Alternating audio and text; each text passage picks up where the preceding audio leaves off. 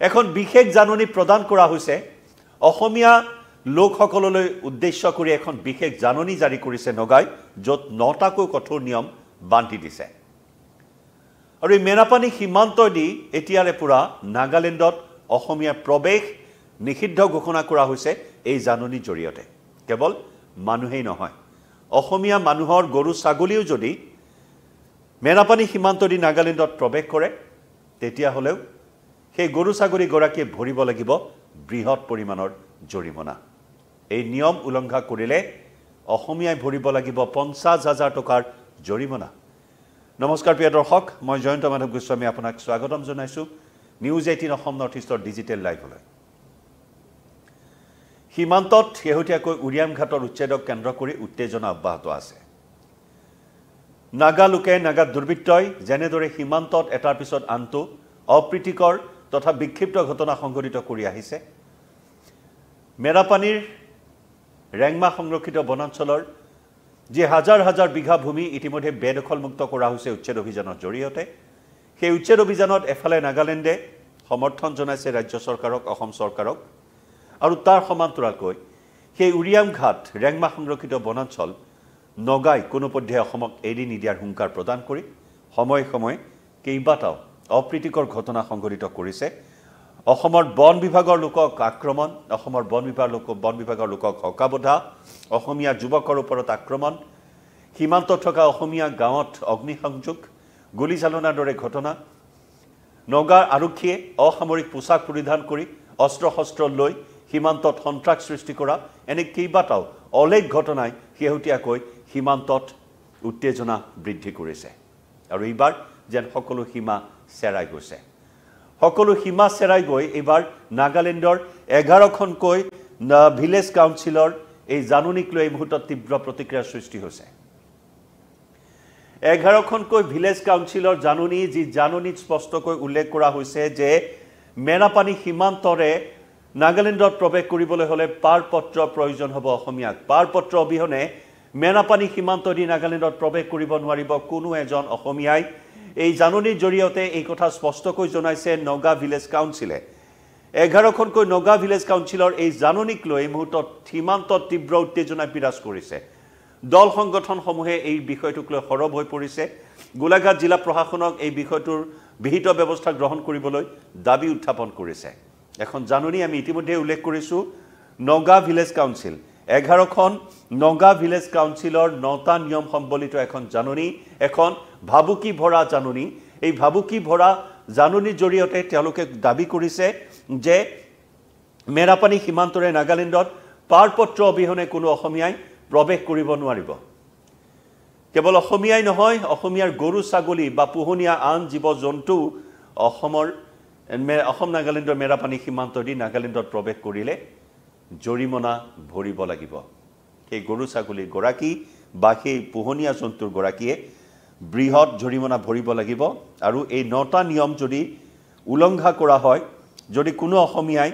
এই 9টা নিয়ম উলংঘা কৰি নাগালেণ্ডত প্ৰৱেশ কৰে তেতিয়া হলে 50,000 টকাৰ জৰিমনা বিহা হ'ব বুলি উল্লেখ কৰিছে লগতে বিধিগত শাস্তি প্ৰদান কৰিব বুলি 11খন নগা ভিলেজ কাউন্সিলৰ ভাবুকি ভৰা জাননীত উল্লেখ কৰা হৈছে 1 ছেপ্টেম্বৰৰ পৰা কাৰ্যকৰী কৰিব এই জাননীখন 1 ছেপ্টেম্বৰলৈ মাজত মাথো 2-3 দিন বাকি গতিকে সেই 1 ছেপ্টেম্বৰৰ পূৰ্বে এখন জাননী এই মুহূৰ্তত এনেদৰে মেৰাপানী অসম নাগালেণ্ড সীমান্তত তীব্ৰ উত্তেজনাৰ সৃষ্টি কৰা পৰিলক্ষিত হৈছে জাননী অনুসৰি আমি পুনৰ জনাইছো এতিয়াৰে পৰা চুবুৰীয়া ৰাজ্য নাগালেণ্ডত অসমীয়া লোক প্ৰৱেশ কৰিবলৈ হলে মানি চলিব লাগিব 9টাকৈ নিয়ম নগা ভিলেজ কাউন্সিলৰ জাননী অনুসৰি আন্তঃৰাজ্যিক পাৰপত্ৰ অথবা নগা ভিলেজ কাউন্সিলৰ অনুমতি অবিহনে নাগালেণ্ডত কোনো অসমীয়াই প্ৰৱেশ কৰিব নোৱাৰিব নাগালেণ্ডৰ 11খনকৈ ভিলেজ কাউন্সিলে অসমীয়া লোকলৈ বান্ধি দিয়া এই 9টা নিয়ম উলংঘা কৰি অসমৰ কোনো অসমীয়া লোকে যদি নাগালেণ্ডত প্ৰৱেশ কৰে তেন্তে ভৰিব লাগিব নগদ 50,000 টকাৰ জৰিমনা লগতে বিহা হ'ব বিধিগত শাস্তি বিহাৰো বিধান দিয়া হৈছে সেই জাননীখনত উল্লেখযোগ্য যে এই 9টা নিয়ম কেৱল মানুহৰ বাবে প্ৰযোজ্য নহয় গৰু ছাগলী পোহনীয়া জীৱ জন্তুৰ ক্ষেত্ৰতো প্ৰযোজ্য হ'ব বুলি স্পষ্টকৈ উল্লেখ কৰা হৈছে অৰ্থাৎ অসমীয়া লোকৰ পোহনীয়া গৰু ছাগলী জীৱ জন্তু যদি কোনো কাৰণত নাগালেণ্ডত প্ৰৱেশ কৰে তেতিয়া সেই জন্তুৰ গৰাকীয়ে ভৰিব লাগিব বৃহৎ জৰিমনা জীৱ জন্তু কিবা কাৰণত প্ৰৱেশ কৰিলে সেই জৰিমনা আদায় দিব লাগিব আৰু এই ঘটনাৰ পাছতে স্বাভাৱিকতে এতিয়া তীব্ৰ প্ৰতিক্ৰিয়াৰ সৃষ্টি হৈছে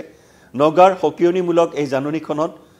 কোৱা উল্লেখ কৰা অনুসৰি অহা 1 ছেপ্টেম্বৰত তাক বলবৎ কৰা হ'ব বুলি উল্লেখ কৰিছে আৰু এই জাননী ঘোষণা কৰাৰ পাছত এতিয়াৰে পৰা অসমৰ সুবুৰীয়া নগা গাঁৱত কোনো লোকে এতিয়া খৰি কাটিবলৈ যোৱা মাছ মাৰিবলৈ যোৱা কোনো কামৰ সন্ধানত যোৱা শিকাৰ কৰা অনাধিকাৰ প্ৰৱেশ কৰাৰ ক্ষেত্ৰতো নিষেধাজ্ঞা জাৰি কৰিছে এই জাননী লাভ কৰাৰ পাছতে এতিয়া তাৎক্ষণিক প্ৰতিক্ৰিয়া প্ৰকাশ কৰিছে অসম জাতীয়তাবাদী যুৱ ছাত্ৰ পৰিষদে অসম জাতীয়তাবাদী যুৱ ছাত্ৰ পৰিষদে অতি শীঘ্ৰেই গোলাঘাট জিলা প্ৰশাসনক এই ক্ষেত্ৰত বিহিত ব্যৱস্থা গ্ৰহণ কৰিবলৈ দাবী উত্থাপন কৰিছে ৰেংমা সংৰক্ষিত বনাঞ্চল যি নেকি বেদখলকাৰীয়ে 30-40 বছৰ ধৰি তাত বেদখল কৰি বিশাল সাম্ৰাজ্য স্থাপন কৰিছিল সেই ভূমি ইতিমধ্যে ৰাজ্য চৰকাৰে উচ্ছেদ অভিযানৰ জৰিয়তে মুক্ত কৰিছে উচ্ছেদ অভিযান চলি আছে দ্বিতীয় পৰ্যায়ৰ উচ্ছেদ অভিযান সমান্তৰালকৈ ৰাজ্য চৰকাৰে তাত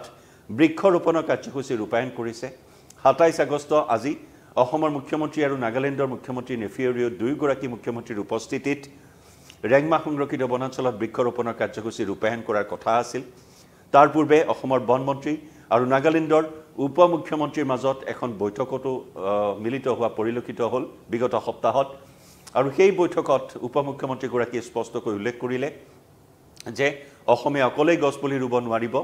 নাগালেণ্ডে গছপুলি ৰুব নাগালেণ্ডৰ সহযোগত নাগালেণ্ডক লগত লৈহে অসমে গছপুলি ৰোপণ কৰিব পাৰিব নগাই ইতিমধ্যে সেই স্থিতি স্পষ্ট কৰিছে একে সময়তে তামোলৰ গছ কাটিব নোৱাৰিব ইত্যাদি নানানটা ভাবুকি দি আহি থকা হৈছে একেদৰে ইতিমধ্যে অসমৰ যি বনানীকৰণৰ অভিযান বনানীকৰণৰ আঁচনি ৰূপায়ণ কৰা হৈছে বৃক্ষৰোপণৰ কাৰ্যসূচী ৰূপায়ণ কৰা হৈছে সেই গছপুলিসমূহ উভালি পেলাবলৈ ইতিমধ্যে নাগালেণ্ডৰ উপ মুখ্যমন্ত্ৰীগৰাকীয়ে নগালোকক নিৰ্দেশ দিয়া সীমান্তৰ নগালোকক নিৰ্দেশ দিয়াৰ দৰেও যথেষ্ট এটা বিতৰ্কিত বিষয় এই মুহূৰ্তত সন্মুখলৈ আহিছে যিগৰাকী উপ মুখ্যমন্ত্ৰীয়ে অসমৰ বন মন্ত্ৰীৰ সৈতে বৈঠকত মিলিত হ'ল আৰু সেই উপ মুখ্যমন্ত্ৰীয়ে আকৌ নিৰ্দেশ দিছে যে অসমে দিয়া ফেন্সিং অসমে ৰোৱা গছপুলি সকলো উঠাই দিবলৈ ভাঙি চিঙি পেলাবলৈ নিৰ্দেশ দিছে গতিকে এনেধৰণৰ স্থিতি নেতিবাচক স্থিতি এটা গ্ৰহণ কৰি আহিছে যি সময়ত সেইসকল সন্দেহযুক্ত নাগৰিকক অসমে উচ্ছেদ অভিযানৰ জৰিয়তে সেই ৰেংমা সংৰক্ষিত বনাঞ্চল মুক্ত কৰিলে আৰু সেই ৰেংমা সংৰক্ষিত বনাঞ্চলক লৈ উৰিয়ামঘাটত উত্তেজনা চলি থকাৰ মাজতে এতিয়া মেৰাপানী সীমান্তদি পাৰপত্ৰ অবিহনে নাগালেণ্ডত অসমীয়া লোকৰ প্ৰৱেশ নিষিদ্ধ কৰা বিষয়টোক লৈ এতিয়া সীমান্তত তীব্ৰ প্ৰতিক্ৰিয়াৰ সৃষ্টি হৈছে আকৌ এবাৰ এই বিষয়টোক লৈ সীমান্তবাসী অসমীয়া নিৰাপত্তাহীনতাত ভুগিবলগীয়া পৰিস্থিতিৰ সৃষ্টি হৈছে গতিকে প্ৰিয় দৰ্শক এই বিষয়টোত আপুনি কি ভাবে জনাব পাৰে আপোনাৰ মতামত গোলাঘাট জিলা প্ৰশাসনে এই ক্ষেত্ৰত কি ব্যৱস্থা গ্ৰহণ কৰা উচিত সেয়াও জনাব পাৰে কমেন্ট সেকশনত আগবঢ়াওক আপোনাৰ মতামত ডিজিটেল লাইভৰ পৰা এই মুহূৰ্তত বিদায় লৈছো নমস্কাৰ